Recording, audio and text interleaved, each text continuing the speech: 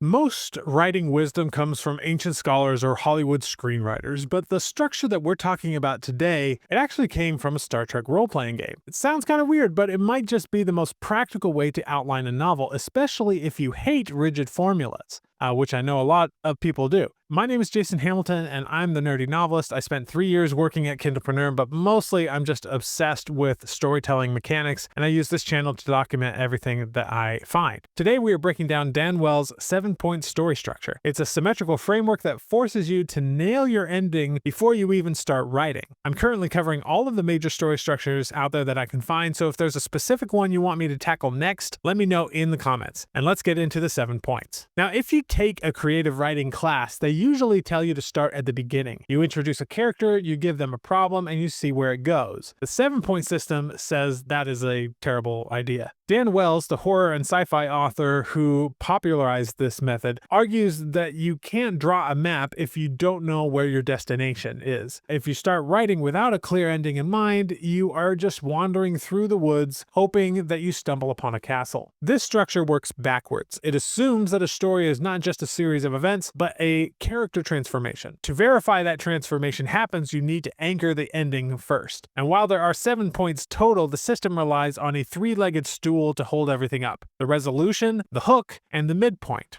Once you place those 3 legs, the rest of the story almost writes itself. So let's burn through these points in the order that you should actually plan them, not the order that they appear in the book. Step 1 is the resolution. This is where you should start, but it is actually the end of the book. Put down the once upon a time and focus on the end. The resolution is the final state of your protagonist. This isn't just about whether they killed the dragon or kissed the love interest. It's about who they have become. The plot conflict is resolved and the character has fundamentally changed. For instance, in the Hunger Games, the resolution isn't just that Katniss survives, it's that she and Peeta both survive by defying the Capitol, forcing the system to bend to their will. She ends the story as a victor with agency, someone who has proven that the game can be beaten on her own terms. If you don't know this ending, you don't have a story yet. You just have a kind of situation. You need to cement this final image in your mind because everything else in the outline exists solely to make this moment earned. Now, once you have that, step 2 is to develop the hook. You jump all the way back to the beginning. The hook is the state of the character before the story truly begins, but the trick is the hook and the resolution must be a kind of mirrored opposite. This provides the narrative arc. If your character ends the book as a confident leader, the hook must show them as a timid follower. If they end the book wealthy and generous,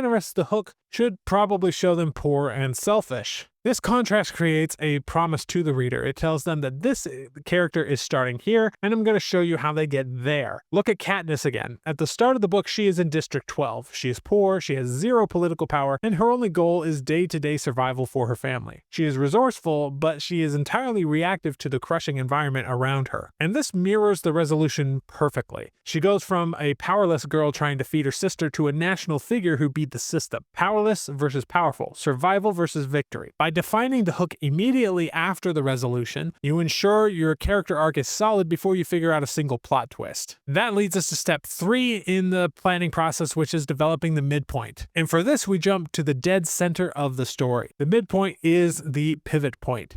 It explains how the character gets from the hook to the resolution. And in the 7-point structure, the midpoint is defined by a shift from reaction to action. In the first half of the book, things happen to the protagonist. They are dodging punches, running away, trying to keep their heads above the water, and they are reacting to the antagonist. But at the midpoint, they decide to stop running, and they formulate a plan. They decide to take the fight to the enemy. They become the driving force of the plot. Back to the Hunger Games, Katniss spends the first half of the games running and hiding. She's reacting to the fireballs and the career tributes. The midpoint hits when she teams up with Rue and decides to go on the offensive to destroy the career's food supply. She stops trying to just survive the game and starts trying to win it. Also, by the way, if you'd like to learn more about how to use AI as an author-led productivity tool to help you write 12 plus books a year, and without compromising your creativity or ethics, check out the Story Hacker Gold group linked in the description. All right, so now we get to step 4, which is developing plot turn 1. Because now that we have the beginning, the middle, and the end, we just need to build bridges between them. Plot turn 1 is the bridge between the hook and the midpoint. We know that the character starts in a status quo, which we call the hook. So what pushes them out of it? This is often called the inciting incident or the call to adventure. It's an event that destroys the character's normal world and forces them to start moving toward that proactive midpoint. It can't just be a random event. It has to actually impact the character personally. For the Hunger Games, we already know the hook is Katniss in District 12, and plot turn 1 is the Reaping. Prim's name is called and Katniss volunteers to take her place. This action shatters her normal life. She leaves the hook behind and enters the world of the story. And because she isn't proactive yet, she's just reaching to the threat against her sister, but she is moving. And the step 5 is to determine where we put plot turn 2. On the other side of the symmetry, we have this plot turn 2. This bridges the gap between the proactive midpoint and the final resolution. This is often called the aha moment. The protagonist has been fighting proactively since the midpoint, but they still don't have the final piece of the puzzle to win. At plot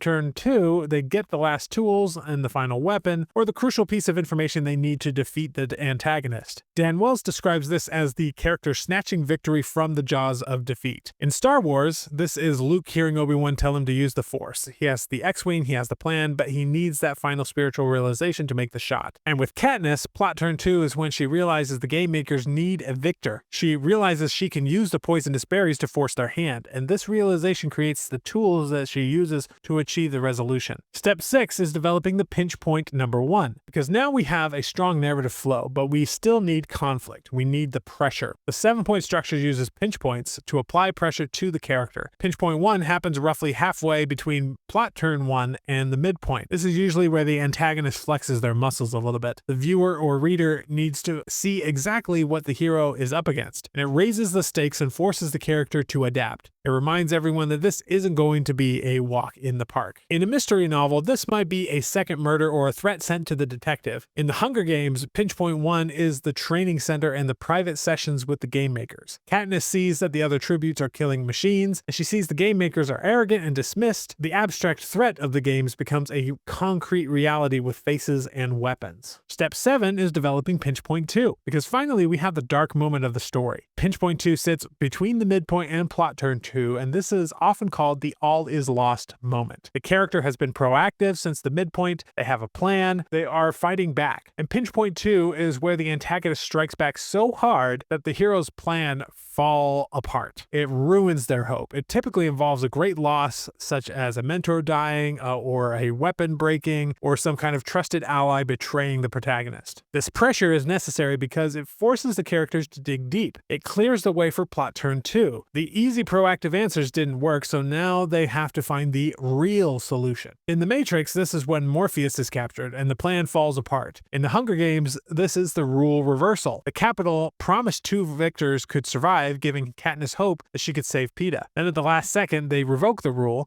the hope is snatched away, all is lost, and they have to kill each other. That immense pressure forces the realization of plot turn 2, aka the berries, leading to the resolution. Now you might be wondering how this specific structure is different from, say, the hero's journey or Save the Cat, because there are a lot of similarities. The structure was essentially formalized by Dan Wells, presenting at Life, the Universe, and Everything conference back in 2013. But Wells didn't dream this up out of thin air himself. He found the skeleton of it in the narrator's guide for the Star Trek role-playing game. He realized that RPG campaigns and novels share a similar problem. If you don't know where you're going, the middle of the story turns into a slog. In gaming, players wander off the map. In writing, authors write 50,000 words or so of just stuff happening that doesn't actually move the plot toward anything. So Wells adapted the gaming mechanics into a literary tool, and it resonated with writing communities so much because of its simplicity and symmetry. And it resonated with the writing community because of its simplicity and symmetry. It stripped away the mystical language of Joseph Campbell's monomyth and the rigid page count formulas of Hollywood, and it appealed to the pantsers, writers who fly by the seat of their pants, because it only demanded 7 milestones. You can freestyle everything in between those 7 points, but it also serves plotters because it ensures the character arc and the plot arc are inextricably linked. The shift from hook to resolution is perfectly mirrored by the mechanical plot points. So why does this work? The genius of the 7-point structure is that it makes characters change inevitably. Many structures focus heavily on external events like battles, chases, and discoveries, and the 7-point structure ties those events directly to agency. You can't get past the midpoint without the character making a choice to act. It forces you to write a story about a person doing things than a person having things done to them. Also, the pinch points ensure the villain is active. A common mistake in modern novels is the passive antagonist, where the bad guy just waits in a castle for the hero to show up. Pinch point 1 and pinch point 2 require the antagonist to attack the hero, keeping the tension high and the stakes real. And if you are struggling with a saggy middle or a weak ending, try outlining these 7 points in a backwards fashion, or in the order that I presented it to you today. Validating your ending against your beginning might actually save you months of rewriting. If you're serious about treating your writing like a business and you want to use the best tools available to streamline your process, you should go check out the Story Hacker Gold Group. It's where I dive deep into these structures and show you how to start shipping books closer to your full potential. See the link for that down below, and I'll see you in the next video.